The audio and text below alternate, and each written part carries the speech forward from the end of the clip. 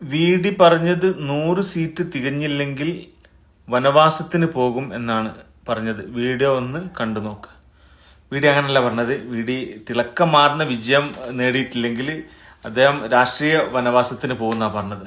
പക്ഷെ വി.ഡി വെറുതെ അങ്ങനെ എന്തെങ്കിലും പറഞ്ഞതല്ല കേട്ടോ. ഒരു തെളിവോ കാര്യങ്ങളോ അല്ലാതെ പറഞ്ഞതല്ല. ഒന്ന് കേട്ടു.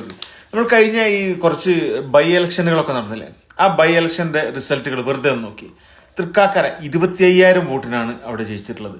പുതുപ്പള്ളി 37,000 വോട്ടിനാണ് ജയിച്ചിട്ടുള്ളത്. പാലക്കാട് 18,000 വോട്ടിനാണ് ജയിച്ചിട്ടുള്ളത്. ചേലക്കര 40,000 വോട്ട് നിങ്ങൾക്ക് അധികമുള്ളത് 10,000 ആക്കിയിട്ട് കുറയ്ക്കാൻ കഴിഞ്ഞ്. നിലമ്പൂര് 3,000 വോട്ടിന് നിങ്ങൾ ജയിച്ച മണ്ഡലത്തിൽ 11,000 വോട്ടിനാണ് ഇപ്പോൾ അവസാനം ജയിച്ചിട്ടുള്ളത്. അതുപോലെ തന്നെ പാർലമെന്റ് തെരഞ്ഞെടുപ്പിൽ മലബാറിലൊക്കെ 1,00,000 മുകളിൽ വോട്ടിനാണ് ജയിച്ചിട്ടുള്ളത്.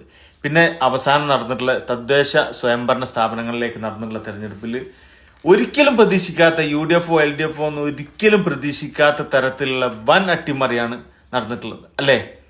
കൊല്ലങ്ങളായിട്ട് 10, 20, 30 കൊല്ലങ്ങളായിട്ട് നിങ്ങളൊക്കെ ഭരിച്ചുകൊണ്ടിരുന്ന പഞ്ചായത്ത് മുനിസിപ്പാലിറ്റികളൊക്കെ തിരിഞ്ഞടിച്ചിട്ടുണ്ടെങ്കിൽ എൻ്റെ പഞ്ചായത്തായിട്ടുള്ള ചാത്തമംഗലം പഞ്ചായത്ത് 20 വർഷത്തോളമായിട്ട് LDF ഭരിച്ചുകൊണ്ടിരിക്കുകയാണ്. അതൊന്നും ഒരിക്കലും ഒരു UDF പോലും വിചാരിച്ചിട്ടില്ല തിരിച്ച് മറിഞ്ഞു വരുന്നുള്ളത്. അതൊക്കെ തന്നെ ജനങ്ങൾ വോട്ട് ചെയ്തിട്ട് മടുത്തിട്ട് ഭരണത്തോടുള്ള മടുപ്പോണ്ട് ചെയ്ത കാര്യങ്ങളാണ്. അതായത് ഈ കഴിഞ്ഞ തെരഞ്ഞെടുപ്പുകളൊക്കെ തന്നെ ശക്തമായിട്ട് ഭരണവിരുദ്ധ വികാരം ഉണ്ടായിട്ടുണ്ട് എന്നർത്ഥം. അതിന്റെ അടിസ്ഥാനത്തിലാണ് വി.ഡി സതീശൻ പറഞ്ഞത് 100ന്റെ മുകളിലായിട്ട് കിട്ടുന്നത്.